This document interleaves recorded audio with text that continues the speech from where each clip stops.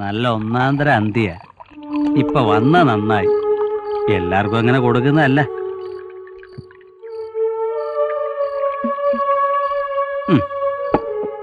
പിടിച്ചാട്ടെ.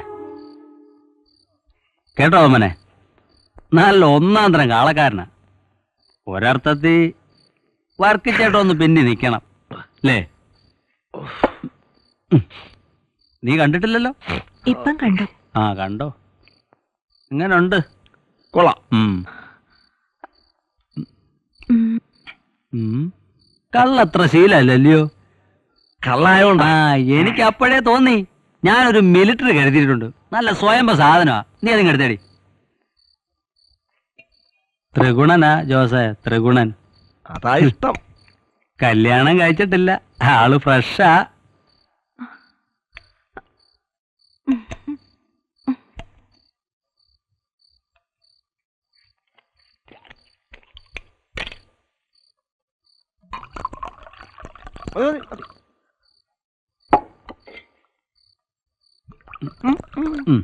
വലിച്ചാട്ടെ.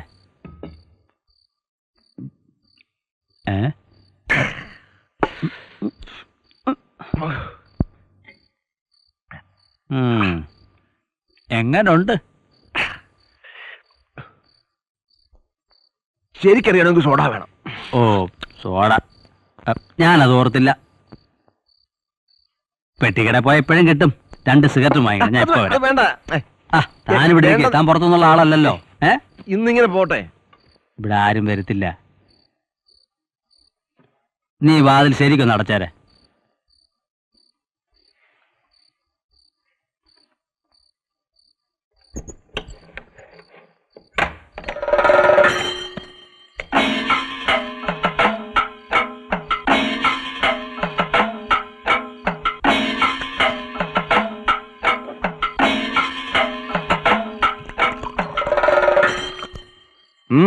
എന്താ ഒരു മൗനം?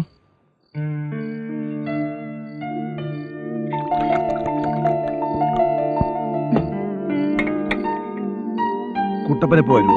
ഇത്തിരി വൈകും. ഞാനൊന്ന് തൊട്ടോട്ടെ.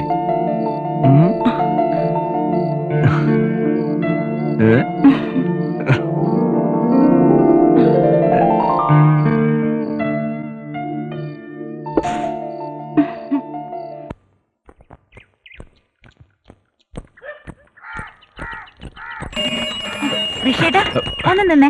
എത്ര നേരമായിട്ട് ഞാൻ കാത്തു നിൽക്കാം. ഞാൻ പോട്ടെ, മീനെടുക്കാൻ നേരമായി. നാളെ കാണാം.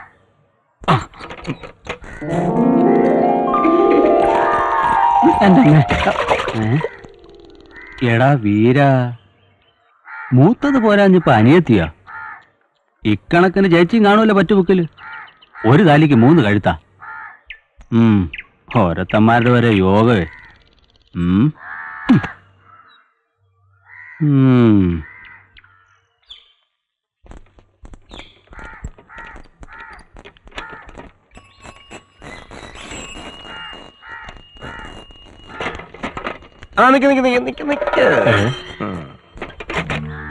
ജീവിക്കാൻ വേണ്ടി മീമിക്കുന്നത് കൊള്ളാം. പക്ഷേ വർക്കിയുടെ മക്കളെ പ്രേമിക്കുന്നത് അത്ര നല്ലതല്ല. നിനക്ക് പ്രേമിക്കാൻ ഒരാളെ പോരാ, 2 പേരെ വേണം അല്ലേ?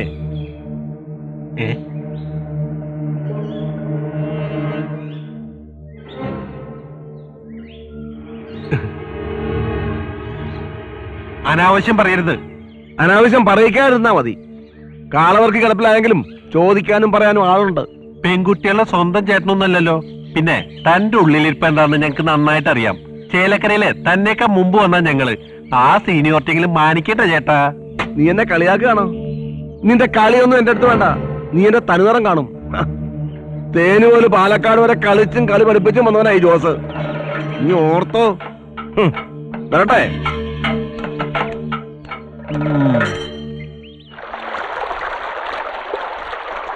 വന്നപ്പോ ഇത്തിരി വൈകി. അതായി ഇന്നലെ കാണാൻ കഴിയാഞ്ഞ്. എന്തായാലും എല്ലാം ഭംഗിയായി. ഇനി എപ്പോഴാ നമ്മുടെ പള്ളിയിൽ പോയപ്പോ ഞാൻ കർത്താവിനോട് പ്രാർത്ഥിച്ചിട്ടുണ്ട്. അമ്മയോട് ഞാൻ എല്ലാം പറഞ്ഞു. നിനക്ക് വേണമെങ്കിൽ നാളെ തന്നെ വിളിച്ചോണ്ട് വന്നോളാൻ അമ്മ പറയുന്നേ. ഞാൻ റെഡി. എന്താ മാഷേ ഇങ്ങനെയാ കുട്ടികളെ പഠിപ്പിക്കുന്നേ?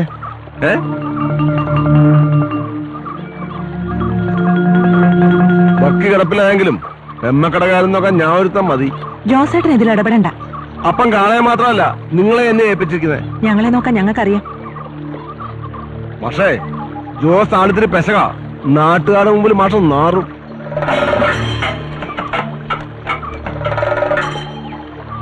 വൃത്തികെട്ടവൻ, ദുഷ്ടൻ. സാരമില്ല. മാഷിന് വിഷമായില്ലേ? ഹേയ്, ആലീസ് വിഷമിക്കാതിരുന്നാ മതി. ഞാൻ എല്ലാം അപ്പനോട് തുറന്നു പറയാൻ പോവാ. അപ്പൻ തീർച്ചയായും സമ്മതിക്കും. കിടപ്പിലായ പിന്നെ അപ്പന് ഞങ്ങളോട് വലിയ ഇഷ്ടാ. ഈ ദുഷ്ടനെ ഞാൻ തുരത്തിക്കും, ഈ നാട്ടിൽ നിന്ന് തന്നെ. വഴക്കിനും വക്കാണത്തിനും ഒന്നും പോണ്ട. സമയമായ ഞാൻ തന്നെ വേണ്ടത് ചെയ്യാം.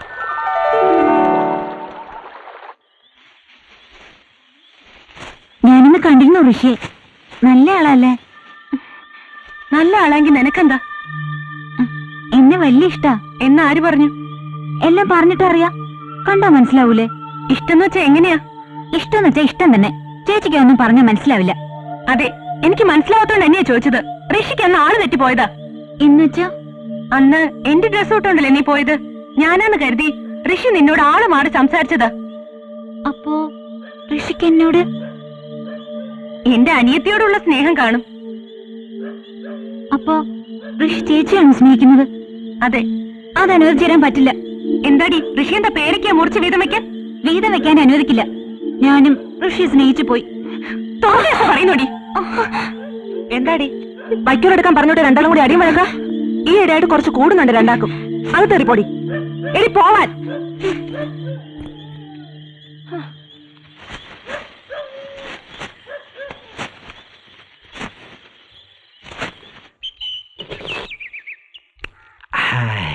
നല്ല വാട്ടച്ചോ. ഇന്നെങ്കിലും സ്വന്തമായിട്ടൊരു ചായ അടിച്ചു കുടിക്കാന്ന് വിചാരിച്ചു. താനിങ്ങനെ ചായ സ്വന്തമായിട്ട് അടിച്ചും കുടിച്ചും ഇരുന്നോ? ആ ജോസിന്റെ കാര്യം നോക്കിയേ. അവനിപ്പോ കുട്ടപ്പന്റെ വീട്ടിലാ സേവ. അവനും പറ്റുപടിക്കാരനായോ? എവിടെ ചെന്നാലും ഓനത്താഴ ചോറ് കിട്ടും. ചോറല്ല, സദ്യയല്ലേ സദ്യ. കണ്ടിടം കയറി നിരങ്ങുന്നതായിരിക്കും നല്ലത് നിങ്ങൾക്കൊക്കെ. നേതാവേ, ഞങ്ങൾ കാലിക്കത്തോളത്തിനാ പോണത്, അല്ലാതെ വൗച്ചുറപ്പിട്ട് പറ്റുബുക്കിൽ വരവ് വയ്ക്കാനല്ല. കിട്ടാത്ത മുന്തിരി പൊളിക്കും. ജോസ് പുതിയാപ്പള പറയുന്നത് സഹിക്കുന്നില്ലല്ലേ? പവിത്ര, അയൽപക്കത്തെ ഒരു പിടി ചോറ് അതെപ്പോഴും അവിടെ കാണും. അത് ആ കുട്ടപ്പന്റെ സൽക്കാരം നമ്മൾ നീട്ടിക്കൊണ്ടു പോണത്. പവിത്ര, ഒരു സ്ട്രോങ് ചായ. വെള്ളം ചൂടായിട്ട് വേണം. ഒന്ന് കൊടുക്കടാ, ദാഹിച്ചിട്ടല്ലേ.